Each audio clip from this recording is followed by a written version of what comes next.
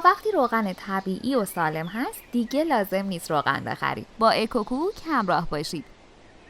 برای اینکه کانالمون رو گم نکنی و از آموزش‌های جدیدمون خبردار بشی، دکمه سابسکرایب و زنگوله کنارش رو حتما بزن.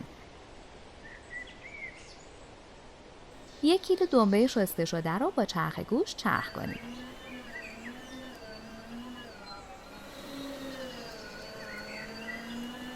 دو تا شیشه نیاز داریم. داخل هر کدوم 2 تیکه برگ بو، 2 حبه سیر، چند عدد نخود بریزید.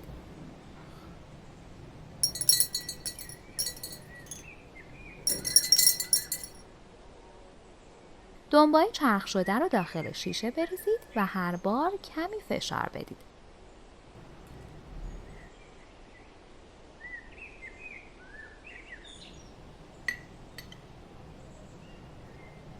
نباید دنبه رو زیاد فشار بدید. شیشه رو پر کنید.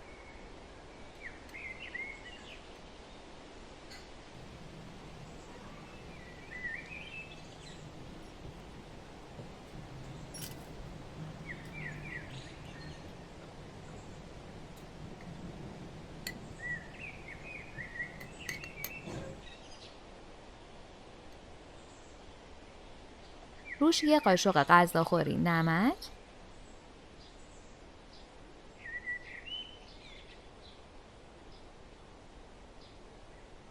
1 عدد برگ بو،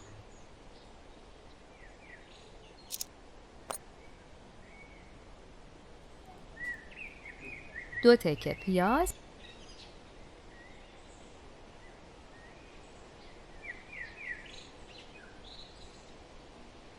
نصف قاشق چایخوری فلفل سیاه اضافه کنید. شیشه رو با فویل ببندید.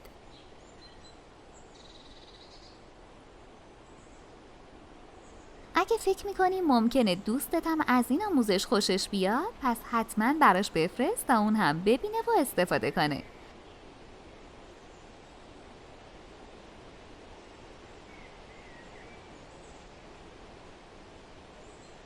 داخل فر بذارید و درجه فر رو روی 190 درجه سانتیگراد قرار بدید. نیازی نیست فر از قبل روشن باشه.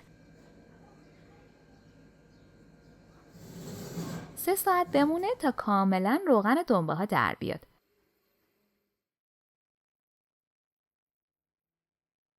از فر در بیارید.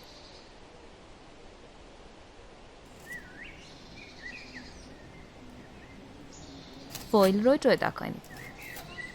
در شیشه رو ببندید تا کمی خنک بشه.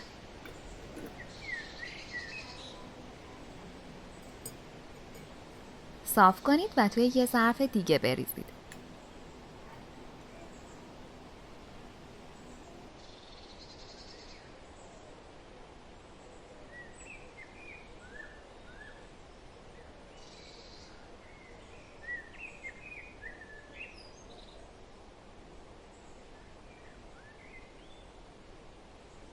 داخل یخچال قرار بدید و هر موقع لازم داشتید استفاده کنید.